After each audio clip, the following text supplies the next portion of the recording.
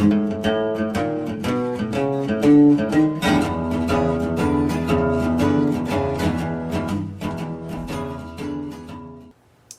back to our study on the book of Proverbs. Today we're in Proverbs chapter 8, where Solomon describes and uses wisdom and pictures her as a woman. If you remember in chapters 1 through 3, he talks about how wisdom is readily available and how wisdom can be found by seeking, and how if we will devote ourselves to learning wisdom, that wisdom is readily available. And so today he personifies wisdom and presents wisdom as a woman that is going throughout the city and presenting herself to those who are willing and ready to listen to her.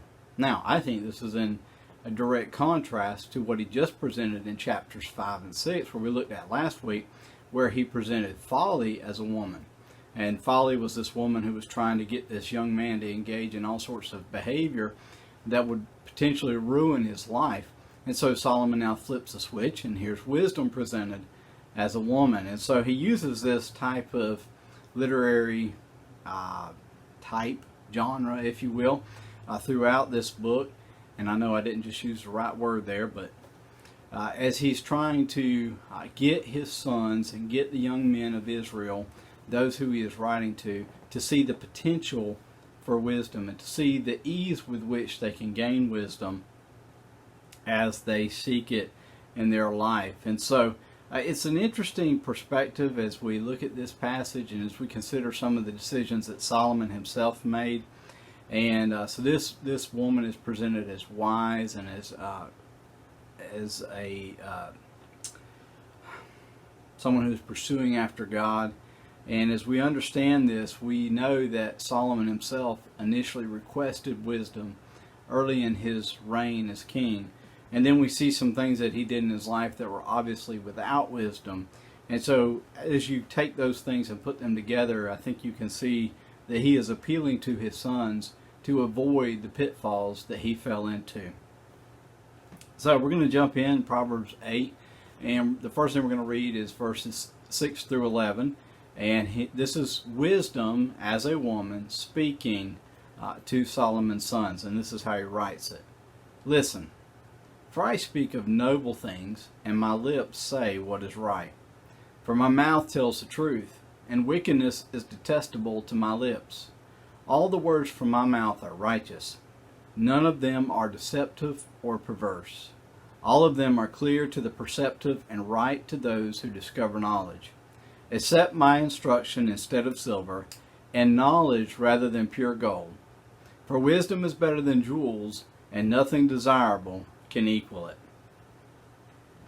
Solomon presents wisdom as calling out to the students and saying, listen, I have something good to tell you, and what I say is right. And so he's literally, as he writes this book, he starts so many passages by saying listen, or hear, or pay attention, or follow my instructions here. And he's begging his readers to pay attention and to learn from what he is trying to teach them. And as he presents that, there's also a reminder here for all of us, in that he talks about this, that we have to pursue the things of God. We have to pursue what it is that allows us to acquire wisdom. The reality of our lives and the reality of our spiritual conditions is this. We are very similar to a cart that is on a hillside. And if you are not pulling the cart forward and you simply let it rest, a cart that is on a hillside will ultimately roll down the hill. So too are our lives. If we don't commit ourselves to daily seeking God, to daily pursuing after God in our moment-by-moment decisions, then we are literally going to roll downhill. And we're going to find ourselves enthralled with self, and we're going to find ourselves simply pursuing selfish pursuits. And as I thought of that, and I looked at these last two verses there, verses 10 and 11, and I thought of the nature of our lives. Most of us seek comfort, not necessarily truth, and then wisdom.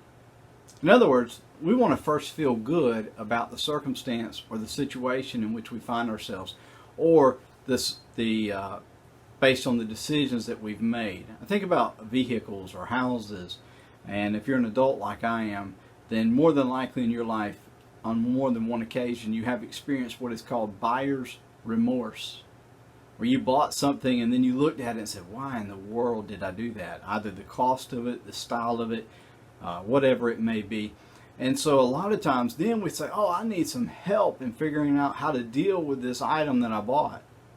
I need to go speak to someone who's a mechanic. I need to speak to someone who is a home repair specialist. I need to speak to the bank about potentially help in this situation I've found myself.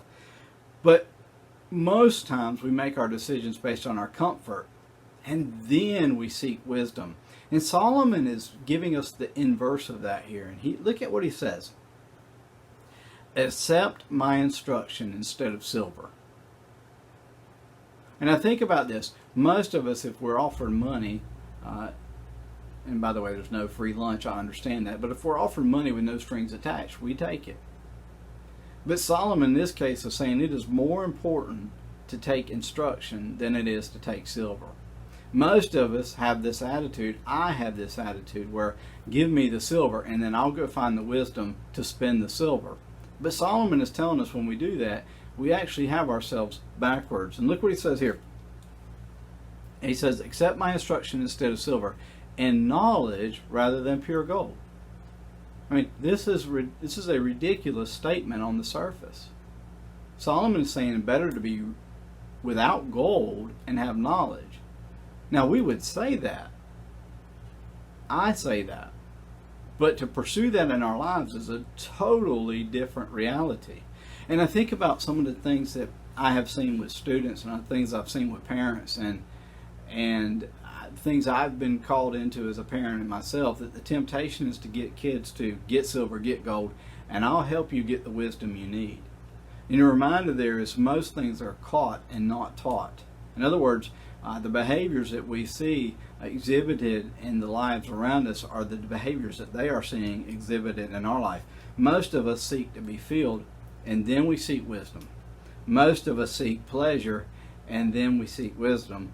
Most of us seek wealth, and then we seek wisdom. And this is the call that Solomon is making here when he's saying, hey, you'd be better off with knowledge and instruction than you would be with gold and silver. And then he says, for wisdom is better than jewels, and nothing desirable can equal it. And the picture there is of what Solomon had in abundance. Wealth. And he is literally saying I would be better off without that and have the knowledge and instruction. Now, it's easy for Solomon to say that he was a very wealthy man. But we need to understand this, that our lives should be about the pursuit of wisdom. And how often do we get ourselves in circumstances where we're asking for wisdom because we sought the item or the material things or the relationships before we sought the wisdom in knowing what to do with those things. And let me just give you a really quick example from Scripture before we move on to the next passage in verses 12 through 16. And to show how closely this can be tied to our own personal identity, that it makes it hard sometimes, at least for me, to recognize where I've done this in my life. Do you remember the story of the rich young ruler? And do you remember a couple of things about it? First of all, when he went away, Jesus was sorrowful. So this actually was a good guy. The rich young ruler was a good guy. But he had a problem. His identity was wrapped up in his wealth. Because Jesus said, okay, you've done everything that's good. I got one request of you. Can you sell what you have and can you give it to the poor? And the rich young ruler could not do that because he could not see himself serving God outside of his wealth. And I thought about myself. And what can I not do and still maintain my identity in Christ? What if no one watches this lesson? What if ultimately I'm not even able to teach these lessons? Can I still maintain my identity in Christ? And see, wisdom is that connection and that pursuit of God in our daily lives, so much so that our identity is first in God, and then secondly in the things and circumstances and the relationships that we find ourselves in. So let's continue looking at this passage. He says this, I, wisdom, share a home with shrewdness, and have knowledge and discretion. So wisdom is saying, if you come into my house, then you're going to have some extra companions with you. To fear the Lord is to hate evil. I hate arrogant pride, evil conduct, and perverse speech. I possess good advice and sound wisdom. I have understanding and strength. It is by me that kings reign and rulers enact just law. By me princes lead, as do nobles and righteous judges. So the first thing wisdom says is, if you come into my house, you need to understand some things. First of all, there's a few guests here. Shrewdness, knowledge, and discretion. They're here with us. And it's a beautiful example of what it means when we slow our lives down and we allow ourselves to experience the reality of God in our everyday lives. We begin to look at things and understand things in a different way. And this isn't a conspiracy thing. I mean, our intellect loves conspiracy. And our intellect loves conspiracy because it allows us to feel like we have a leg up on the next person, or we know something that other people don't know. And Solomon's not saying shrewdness as in, oh, I can see everything that's happening behind the scenes. But shrewdness is in understanding the possibilities. For example, we have a 10-month-old, crawls all over the house right now. Pulls up, climbs up, gets into everything.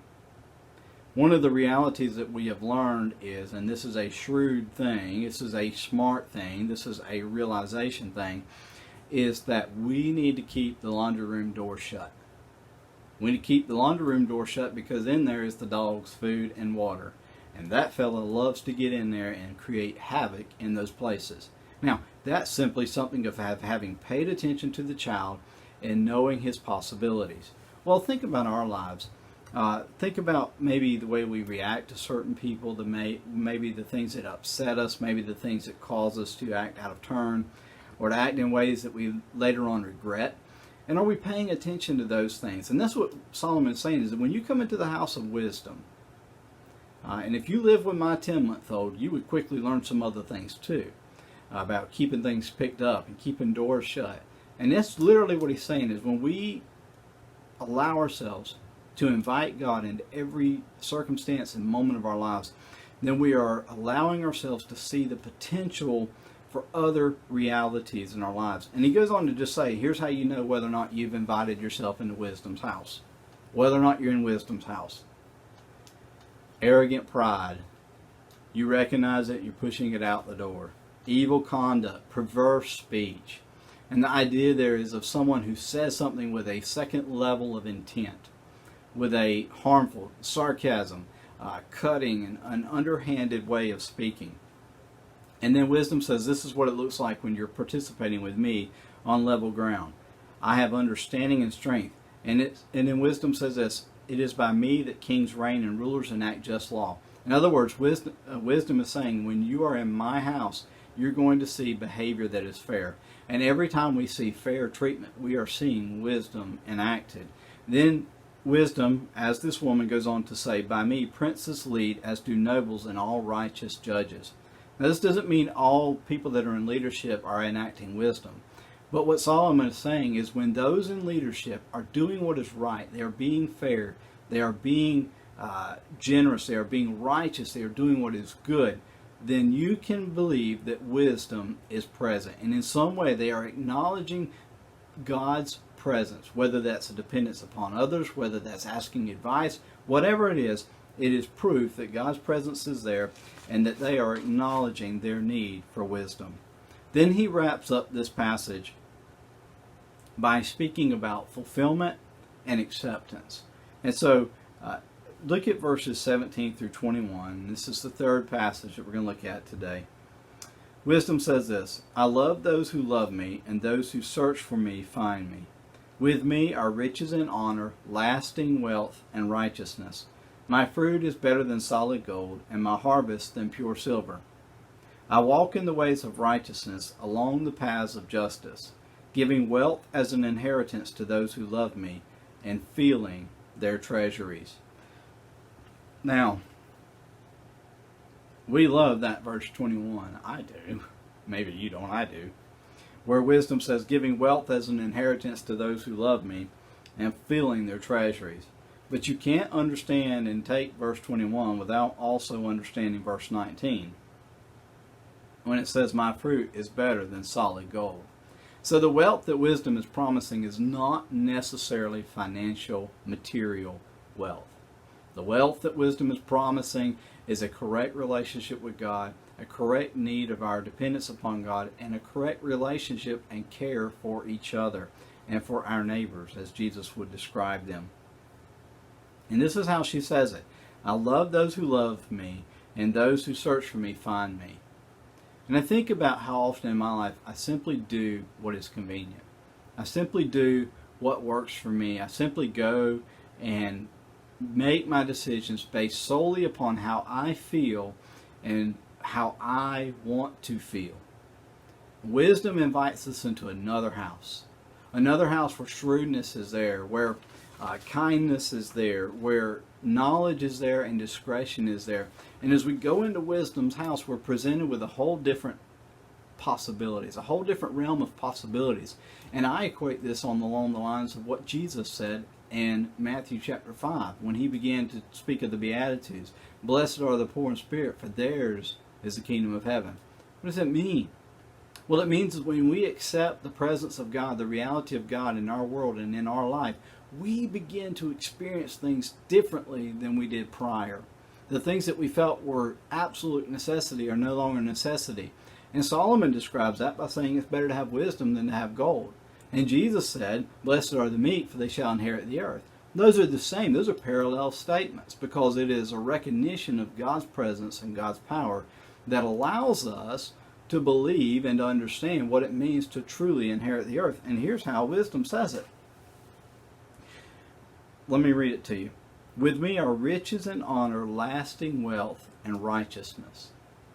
That is an eternal promise. That is not a physical promise. That is an eternal promise.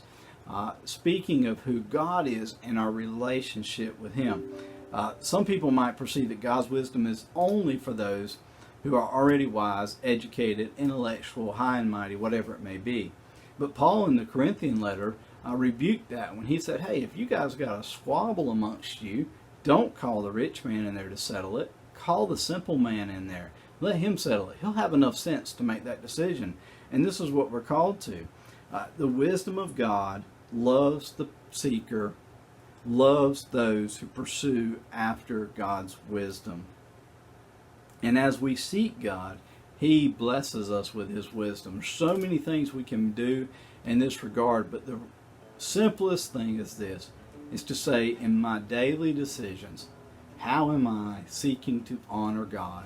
And does He come before me? God bless you. I hope as we continue to study in Proverbs, we'll be challenged in recognizing God's presence in our everyday life and seeking to honor Him in everything that we do. It surely is a challenge for me. I will see you all next week.